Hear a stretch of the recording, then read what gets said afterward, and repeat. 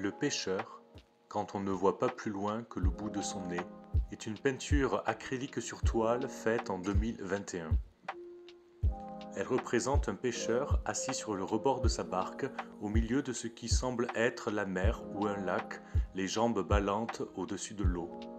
L'œuvre, de par ses couleurs ternes de marron et de beige, dégage une aura triste. En effet, l'homme assis est représenté avec simplicité, une silhouette marron. Sa posture, elle aussi, respire la tristesse. Sa tête est penchée vers ses pieds, sa posture est courbée, ce qui accentue cette sensation mélancolique. On pourrait alors l'imaginer dans ses pensées moroses, le regard vide fixant l'eau hypnotique.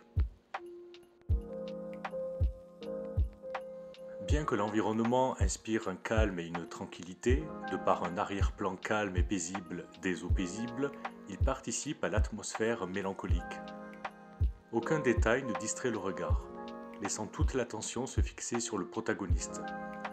Mais un détail pose question dans ce tableau. Le pêcheur ne tente pas d'attraper des poissons dans l'immensité de l'eau autour de lui. Bien au contraire, son hameçon flotte dans un verre d'eau à moitié rempli qui lui-même repose sur l'eau.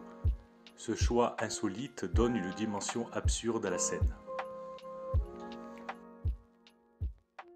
Cette phrase que j'avais écrite en 2021 pour accompagner le titre de la toile, « Quand on ne voit pas plus loin que le bout de son nez », me pose problème aujourd'hui, car elle sous-entendrait que le pêcheur lui-même refuse de voir l'immensité des eaux qui l'entourent et se résigne à pêcher de lui-même sans espoir dans ce minuscule verre qui, bien entendu, ne contient aucun poisson. Et c'est pourquoi pas une manière d'interpréter ce tableau si l'on est d'accord avec ce genre de pensée. Le pêcheur n'est-il pas aveugle à la richesse de l'étendue d'eau qui l'entoure? Quand on ne voit pas plus loin que le bout de son nez, interviendrait alors comme une morale que je portais effectivement en 2021 quand j'ai peint cette peinture. Son acte de pêcher dans un verre d'eau sans poisson devient alors une métaphore de manque de vision ou d'ambition. Mais une question. Et si le pêcheur n'avait pas choisi l'endroit où il a posé son hameçon? Et si, lorsqu'il a tenté de poser sa ligne dans la grande étendue d'eau qui gorge de ressources, celle-ci a été rejetée? Et si il n'avait pas eu le choix? À mon sens, je préfère cette analyse, car cette interprétation morale que suggère le sous-titre, voire accusatrice, me paraît aujourd'hui très réductrice. Pourquoi blâmer cet homme dont la posture et l'attitude laissent transparaître un profond désespoir? En effet, une seconde lecture s'impose. Peut-être a-t-il été exclu de l'accès à l'immensité pleine de ressources qui l'entoure.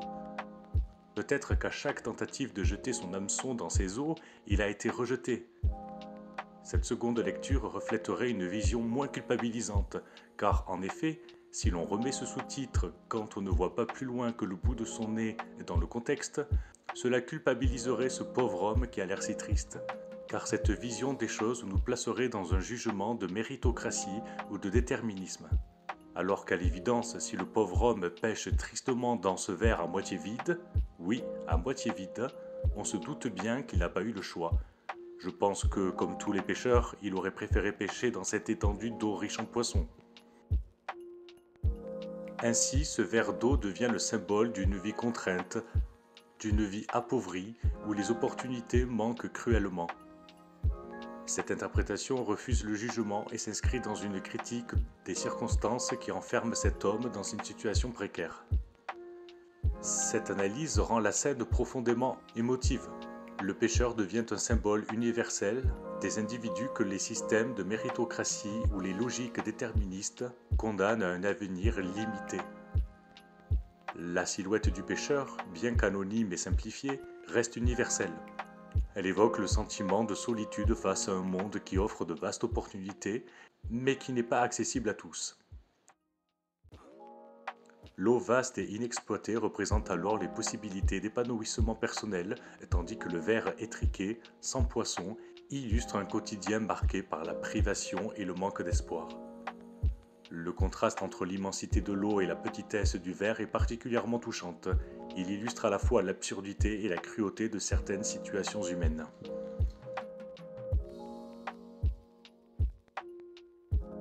Donc quand on ne voit pas plus loin que le bout de son nez, bof. Et pourquoi pas, quand on veut, on peut, tant qu'on y est. J'ai horreur de ces phrases, en particulier la seconde, car elle suppose une capacité d'agir que cet homme n'a visiblement pas. Vous vous doutez bien que s'il pouvait lancer sa ligne dans la mer, il l'aurait fait depuis longtemps. Ce tableau invite davantage à une réflexion sur l'injustice des conditions imposées à certains plutôt qu'à une leçon de morale.